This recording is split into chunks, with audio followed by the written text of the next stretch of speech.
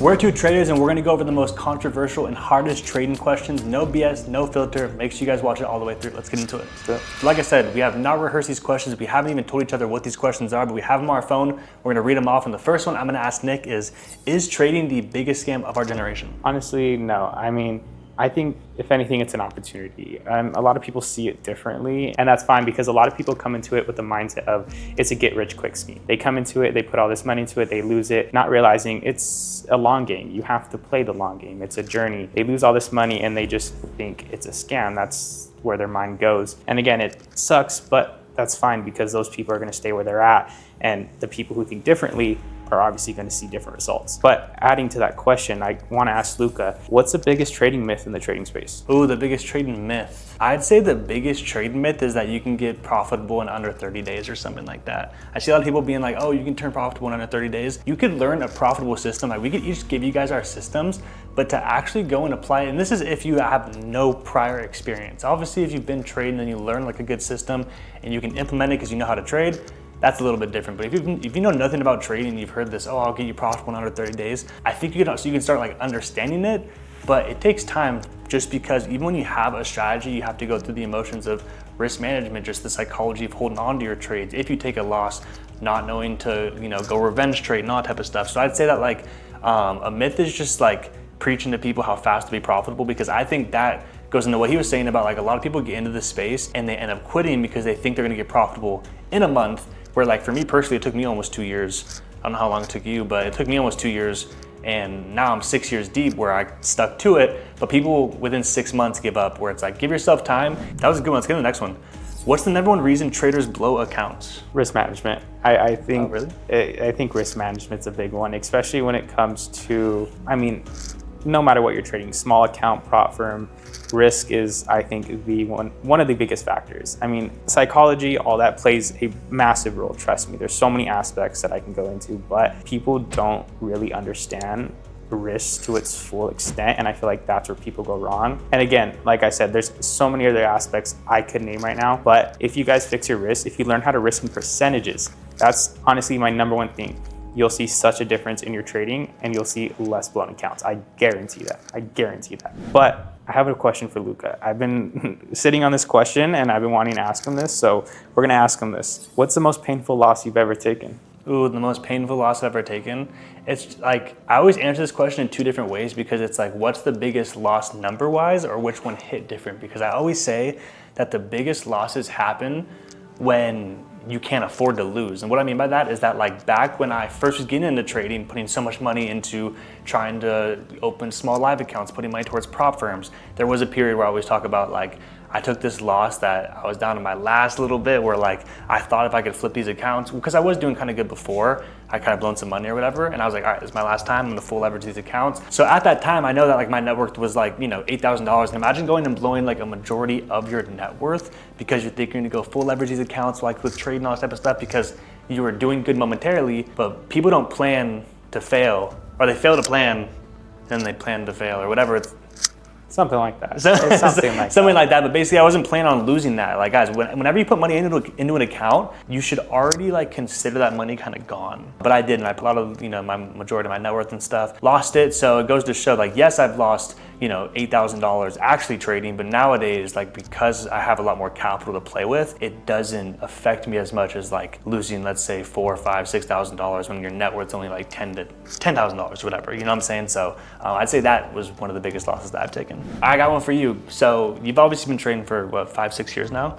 Yeah. Knowing what you know now, would you let your kids start trading? It's funny, I was gonna ask you the same thing. Yeah. So you're gonna have to answer it too. I think it depends. I mean, obviously I'm not gonna force it on my kid, but if it's something, if it's something that, they're interested in, I mean, obviously it's worked for me. I know it will work for them. I mean, it's really that simple. I've seen it replicated with my students. He's done the same thing. What if they start like only trading like trend lines and breakouts, like not even like your model? I mean, no. Honestly, like I'm a big believer in like a lot of stuff works. It's just about making it work and sticking with it long enough to get data that backs it. That's another story. That's another video. We're not gonna go into that. But to keep it short, I think I would. I would, but I wouldn't force it on them. Of course not. But I want to ask Luca the same thing. Mm-hmm. I think I know his answer. I mean, forcing wouldn't them yet? in the Okay, I didn't in the cradle. No, I'm kidding. No, I think that I definitely will, but I think everyone should trade. I try and get everyone into trading. You can't force people. There's definitely people that like I think probably like wouldn't be good at it probably if they tried, which is bad to say, but I would want them to at least try. Yeah. You know what I'm saying? Trading isn't for everyone, but I just tell everyone like at least try it because it's that income and skill set that will set you up for life. Like even just recently, you guys saw that Jerome Powell thing he was saying. Then in the labor markets, like future, like are people that are graduating colleges or going into the workforce should be scared because they're going to need to learn skill sets beyond just their just this normal college degree working for people because AI and other online things are going to just take over. Yeah, there's so many different markets. It's unbelievable, but there's so many different opportunities to make money. So going on to the next question, I want to know, do you think trading causes more stress than a 9 to 5? Ooh, does trading cause more stress than a 9 to 5? I think it can, but it's in like shorter periods where it's like, yes, if you take a loss or something, it can cause you some extreme stress, but I couldn't imagine being stressed for like that many hours a day. Like 5 days a week. Like trading does bring stress, especially if you're a beginner trying to learn a new strategy and you're using money that you don't have and you're putting money into prop firms and live accounts, and like it definitely can stress you out, especially when you're taking losses, you're on a losing streak. But at least for me, I trade like one session and stuff, so I have the rest of the day to like go and do other things, take my mind off it, where it's like if you hate work and you're stressed from work, you're still gonna have to be there all day, every day, still answering to someone, which I just absolutely hate. So I think trading can be stressful, but I think 9 to 5 is one of the worst things that you could even just like do for yourself. If you're working for someone else, obviously like being an entrepreneur and stuff, you're working 9 to 5 on your own terms, Exactly. And I got one for you. What's one thing you wish you knew when you first started trading? I wish I knew how important it was to have an actual plan. When it comes to executing, having a plan, a systematic approach, understanding, okay, this is what I'm doing today, this is what I'm doing every single day, and you're just coming into the markets, repeating that same plan day in, day out. If I knew that at the beginning, 2 to 3 years would have been wiped away from my journey, and I would have been profitable so much faster than a year, 100%, because that right there is key. And getting data. Getting data is key. You got to get data for that system too. But biggest thing is just starting with the system. So many people kind of ignore that and just think it's bullshit, I could say. And it's not bullshit. There's a reason people are successful, like me and Luca and other big names. It's because they all have a plan that they follow every single day, no matter what. No excuses, none. But that being said, I would say practice consistency in and outside of trading, because I think that like a majority of like a lot of you guys who are trading, I think a lot of you guys' problems could be solved just by you practicing consistency with your strategy, risk management, maybe even the pair and session per day. Like I always say, guys, like how are you gonna like try to become profitable when you're trading 20 different pairs, you're trading every single session, not collecting data like he talked about. Practice consistency inside and outside of the markets, and it's just gonna, I think, help you a lot. One session, 1 to 2 trades a day, pick like 1 to 2 assets. Like me, I say focus on like NASDAQ US 30, he trades like UK 100 and Jared 30. So it's like pick 2 assets, pick a session, focus on them, collect data. And I think that would help me a lot from the beginning if I just stuck with that. Literally, that's it. Just do that. Over time, you're gonna get better. Simple as that. I agree with him.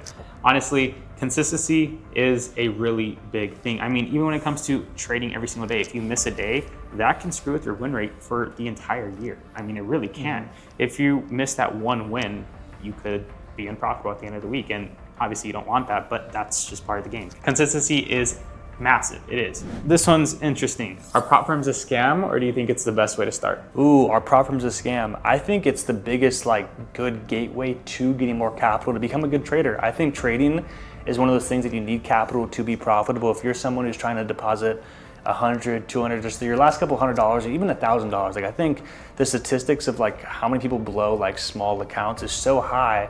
Whereas like, yes, a lot of people do fail prop firm challenges, but I think it's because of the trader they are, they have no strategy, all that type of stuff, where it's like, look at all the traders who do follow strategy, who are profitable.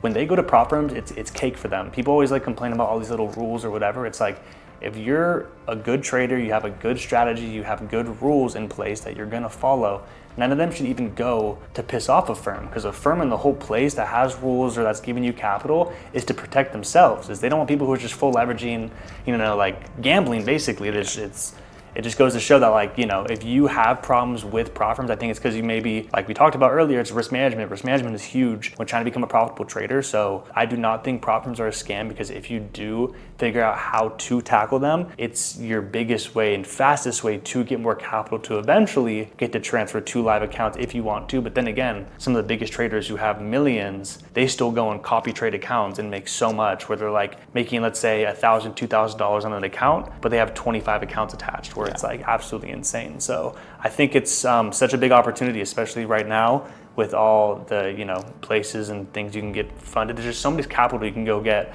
to level up in your trading. So no, I do not think prop firms are a scam. I think it's such a big opportunity for people getting into trading who may not have capital. Yeah, there's no excuse.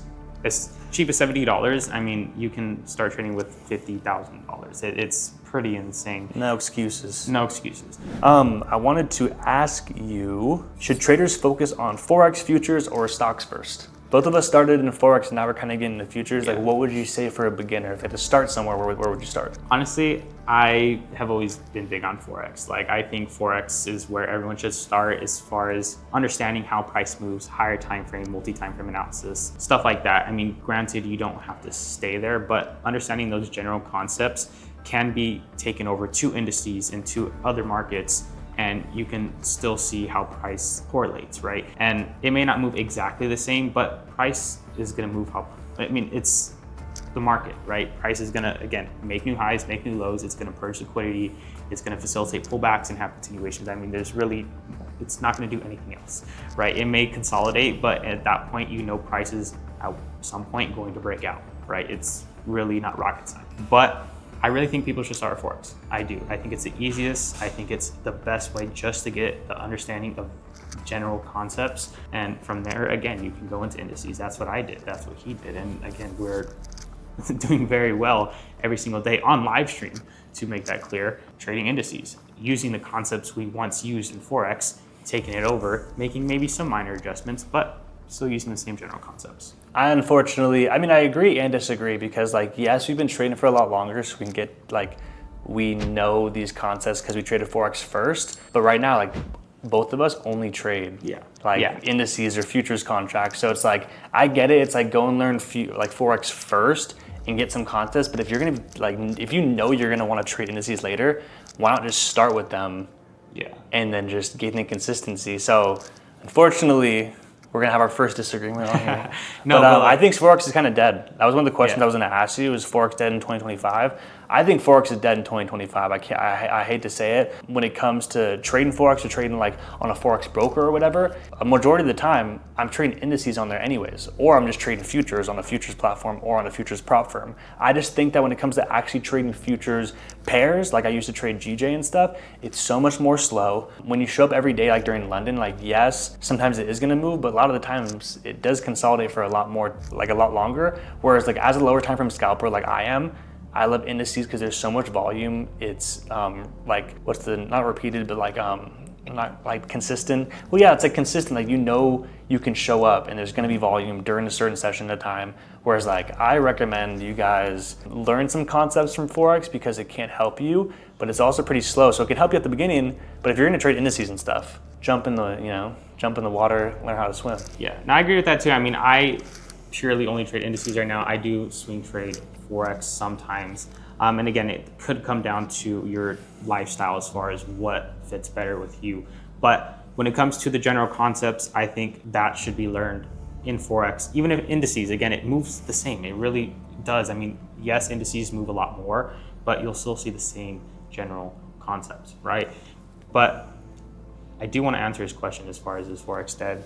I think it has died a little bit. There was a lot more, not necessarily just hype around it, and that aspect, but and how it's been moving. It's been a lot slower. I've been noticing that. During summer, it's usually a more high pace, more volatile, more volume. Wasn't that much. But granted, price is still moving how price moves. It's just a lot slower, like you said. Mm-hmm. It is. And again, that could be great for you guys, for the beginners, or not. Again, jump into the fire, like you said. Sometimes that. I always say this: you don't learn how to swim from the beach. Exactly. Jump in the ocean. Exactly. Learn how to swim. Do most traders actually make money, or do you think it's cap? That is a good question, and this is actually a good question, because a lot of people out there don't even get into trading because they just off the bat think, oh, all these people who are online posting all these profits, flexing with these cars, all don't make money. I mean, sometimes it's true, but a majority of the time, like, I mean, a lot of the traders I know are actually legit. There's some traders who I know who are actually BS. You could say, you know, you could see they popped up out of nowhere, or like don't actually, you know, like didn't actually put in the work. You saw the grind over time. They just kind of like spawned and, oh, I'm all of a sudden making money. It's like, no, like it takes time. I love people who you could see, you could see the journey. They didn't just snap into like, you know, cars and whatever the heck. Like, I don't know. I think you can see through the BS, but I know that like not all traders are captains. A lot of people are making money. I would say I'm genuinely like very passionate about trading. So if someone claims they're a trader and doesn't actually trade, like I low-key like take offense by that. I don't know. For some reason, I think because I'm so passionate about it, I've done it for so long. It's like, you know, it's like someone who is an NFL player trying to like claim they're in the NFL and they played freaking JC football or something. You know what I'm saying? Or like freaking why like Army people get so mad when people wear like fake like Army gear. It's like, you didn't go through all the trials and tribulations to become a real Army's veteran, a real trader. I know, I think it's harder to become a Army veteran or Army guy. Don't get mad at me, but no, I just thought that was kind of similar. Yeah, no, I agree with you. I mean, you really can see through a lot of the BS. I mean, it's pretty clear when someone knows what they're doing. I mean, like you said, if someone just pops up out of nowhere, has all this, all that, you question it because it's like, again, you have nothing to show. Nothing to show. Versus someone who, again, has their journey posted on there. You see where he's come from. You know that the growth has been there. You see his YouTube videos. You see his live streams. You know those Just the transparency. You see that with like, when you go watch someone live, because like we all trade live. Like at the end of the day, like anyone out there who thinks like, oh, these people don't trade, they're gonna, because I see that in a lot of the comments. It's like, bro, if you don't think we trade, just come watch. We do it live every single day. I've been going live since the end of 2021, 2022, which is just crazy to think about. I've been live trading for 4 years. If I was fake or not transparent, you would know by now. You know what I'm saying? So just look at people, look at how they are, how they carry themselves, their characteristics, if they're actually showing progress, or if you're just going and watching them lose, but they say that they're winning or something like that. It's like, no, pretty transparent with them, everything. And you see that with a lot of good traders and stuff. But I got a question for you as you wrap it up. Is trading skill or luck? I think it's skill. I think it's skill. I mean, I don't even know why I hesitated, to be honest with you.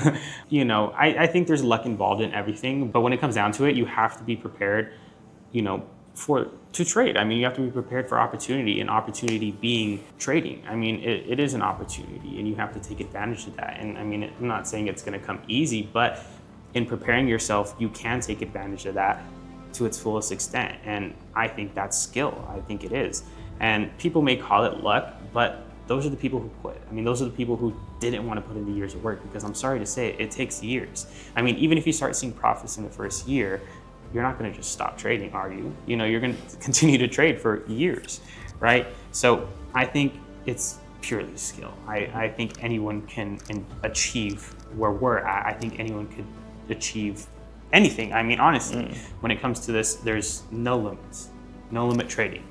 That's why I named it that. Yeah, there's no limits. There really is no limits to anything you can do with it. And that's the beauty in it, and that's where it's skill at the end of the day. Because if you want to get to those levels, skill's involved. It is. You can't just snap one day, wake up. I didn't wake up one day and I was there. He didn't. He worked for it, right? Like you said, it's the trials and tribulations that we have to go through that make us who we are. And again, skillful traders, professional traders, I could say. But I think, yes, it's purely skill.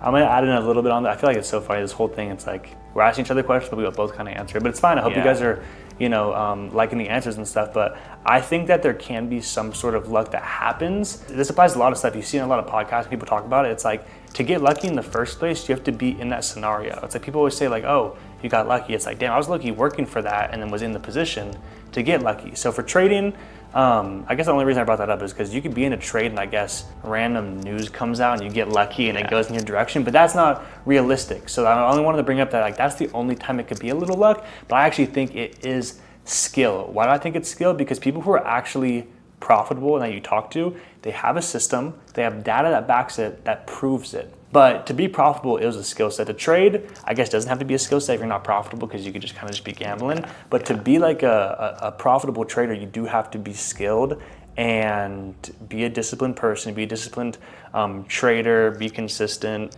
be collecting data. You have to be smart. Every trader I've met is pretty freaking smart. There's not one person I've met who's a successful trader. I'm like, that guy is like really dumb. Yeah. You know, it's usually kind of like smarter people. Yeah. All right, so I think this is the 12th question. So before we wrap it up, I want to ask one more question. Going back to when you first started trading, if you had a conversation with yourself, what would you tell that person?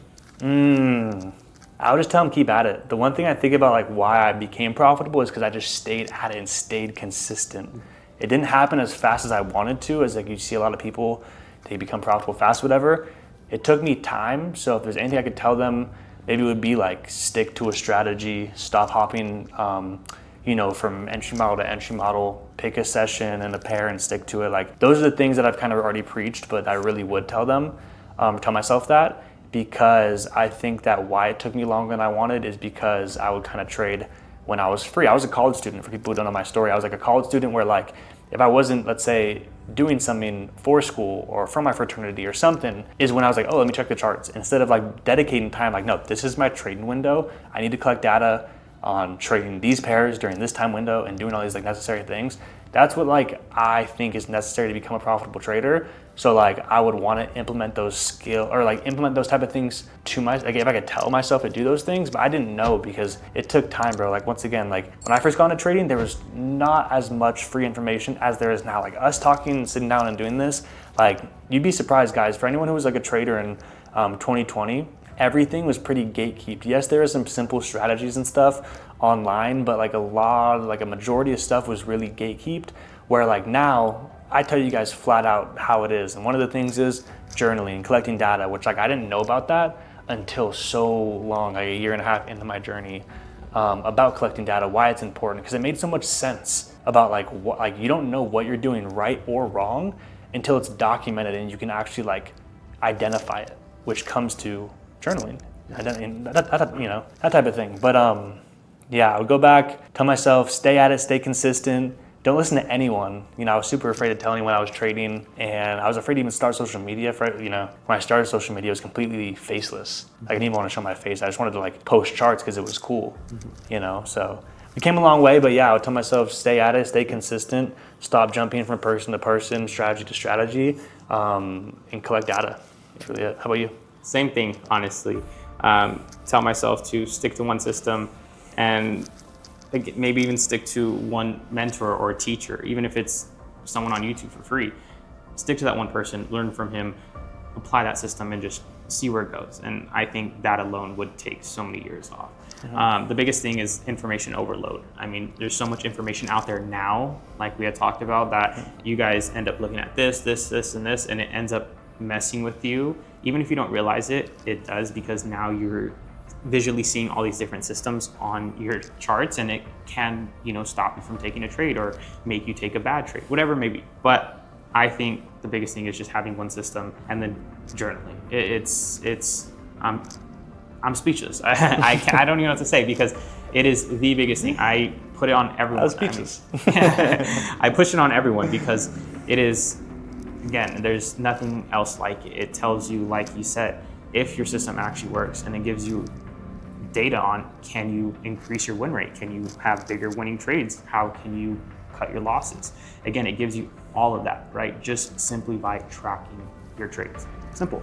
But honestly, easy as that. Yeah, easy as that. Appreciate you guys. Thank you guys so much for watching. I appreciate you for coming, sitting down. If you guys like these videos, make sure to like and subscribe. And if you guys want us to do this again, leave some questions in the comments and we'll answer them all. But I appreciate you guys. Thank you guys so much for watching. We'll see you guys on the next one.